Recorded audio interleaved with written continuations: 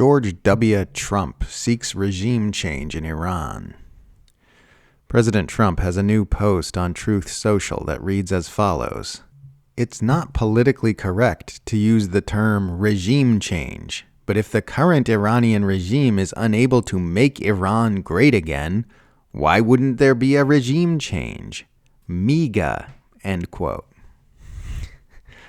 Lots to unpack here.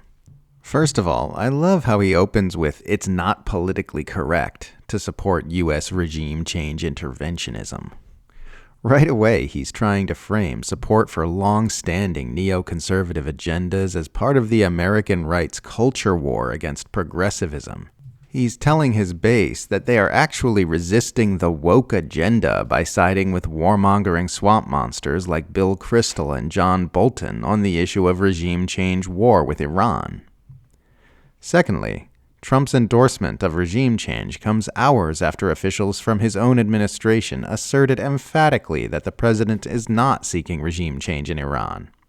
Vice President J.D. Vance told the press that the administration has been very clear that we don't want a regime change, and Defense Secretary Pete Hegseth said Trump's aggressions toward Iran are not about regime change, only to have Trump grab his phone and immediately turn them into liars.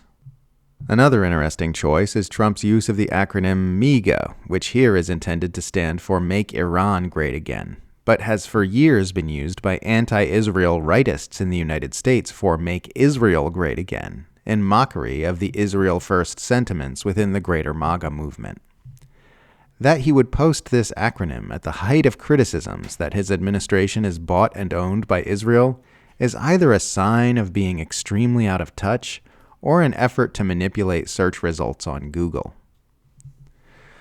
Trump's post delighted arch-neocon Bill Kristol, who tweeted, quote, "BRB starting up PNAC again" in response. PNAC stands for Project for the New American Century, the neoconservative think tank co-founded by Kristol, which is notorious for its role in pushing Washington toward war with Iraq. This is Trump communicating to his hardcore loyalists that it's time to start cheerleading for regime change interventionism in Iran.